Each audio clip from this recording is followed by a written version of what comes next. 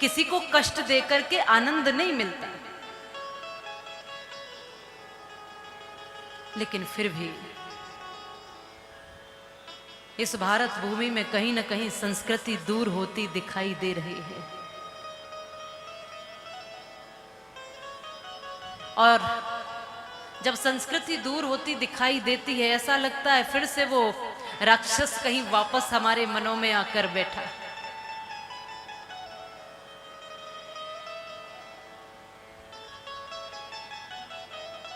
और जरा चिंतन करो, कुछ प्रश्न मैं आपसे पूछूं,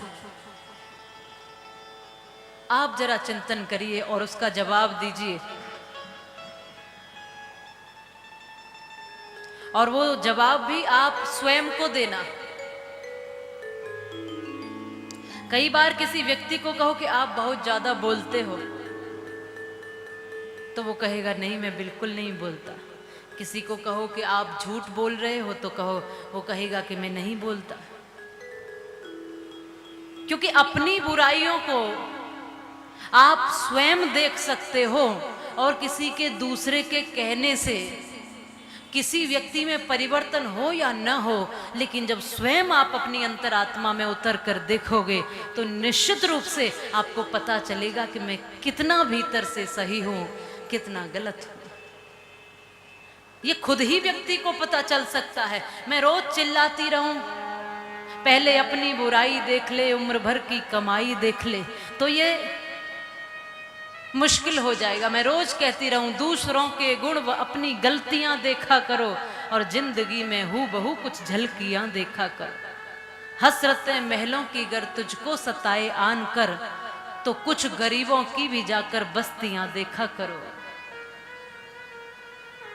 भूल से अगर आ जाए सिकंदर सा गुमान, तो हाथ खाली आते जाते अर्थियां देखा करो। ये जवानी की अकड़ सब धूल में मिल जाएगी। जल चुके हैं शव वो उनकी अस्थियां देखा करो और जिंदगी में हूबहू कुछ झलकियां देखा करो।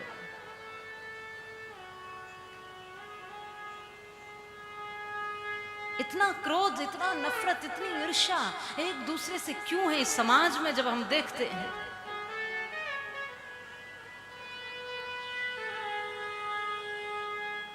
परिवारों में देखें, समाज में देखें, और सच कहूं तो कोई कारण मुझे परिवारों में नजर नहीं आता झगड़े का। कोई कारण नहीं है, बिना कारण के लड़ रहे, बिना कारण के सभी झगड़ रहे एक दूसरे से, बिना मतलब, छोटी छोटी सी बातों पे। चाहे तो संतुलन बनाया जा सकता है। बहुत से लोग तो पूजा पद्धति के नाम पर लड़ते झगड़ते। मेरी पूजा पद्धति सही है, तुम्हारी सही नहीं है। मेरे देवता श्रेष्ठ है, तुम्हारे श्रेष्ठ नहीं है। जो पूरे जीवन देवी देवता इस समाज को सुंदर बनाने के लिए और धर्म को धारण कराने के लिए पूरा जीवन जिन्होंने दिया, हम उन्हीं के नाम पर झगड़ते रहते हैं। दो लोग कोर्ट कचहरी में पहुंच गए, सर फूटे हुए थे, मुकदमा लगा उन पर। पूछा भैया झगड़े का कारण क्या था?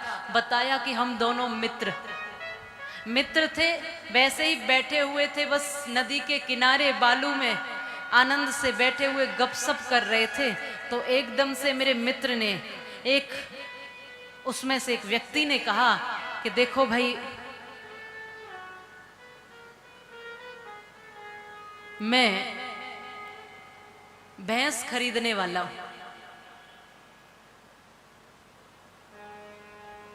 दो मित्र बैठे हैं, ऐसे ही गपशप हो रही है। कहा कि मैं भैंस खरीद रहा हूं। दूसरे ने कहा कि भैंस मत खरीदना। क्यों? क्योंकि मैं खेत खरीदने वाला हूं। तुम भैंस मत खरीदना क्योंकि मैं खेत खरीदने वाला हूं, और तुम्हारी भैंस कभी मेरे खेत में गलती से चली गई और मेरी फसल का नुकसान हो गया तो हमारी मित्रता टूट सकती है। मैं पहले से सावधान कर रहा हूं। उसने कहा कि मैंने पहले खरीदने का मन बनाया है, तुम खेत खरीदना छोड़ दो।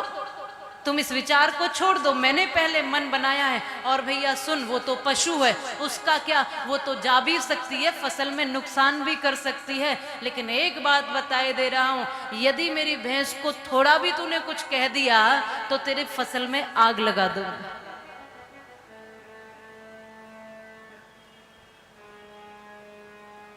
इसने कहा इतनी हिम्मत तेरी ये कहने की मेरी फसल बर्बाद कर दे, जो मैंने मेहनत से जो कमाई उसको तू बर्बाद कर देगा। अब उसने जहां बालू में बैठे हैं उसी में उंगली से एक लकीर खींच दी बड़ी सी, कहा कि देख ये मेरा खेत है, अब इसमें तू अपनी भैंस घुसा के दिखा। इसने भी उस लाइन के आर पार एक बड़ी सी लाइन खींच दी, बोले ये ले, ये मेरी भैंस है, तेरे खेत में घुस गई है, अब तू इसे हाथ लगा के दिखा। अभी समझदारों की बुद्धि देखना, ये मेरा खेत है, अब तू इसमें भैंस घुसा के देखा। यहाँ मेरी फसल खड़ी है, बालू में फसल उगा रहे हैं ये लोग, यहाँ मेरी फसल खड़ी है, इसने भी लंबी लाइन आर पार कर दी है, मेरी भैंस अंदर तक चली गई है, तेरी फसल बर्बाद हो गई, कुछ करके दिखा।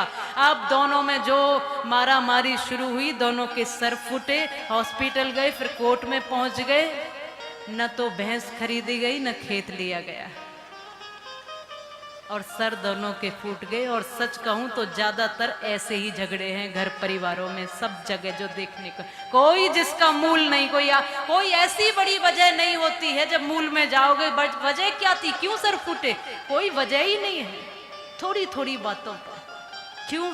क्योंकि हम अपने मूल को भूल रहे हैं, हम अपने स्वयं के स्वरूप को भूल रहे हैं, क्योंकि हमारा स्वरूप क्रोध नहीं है, हमारा स्वरूप है प्रेम, हमारा स्वरूप अहंकार नहीं है, हमारा स्वरूप है प्रेम, करुणा, दया।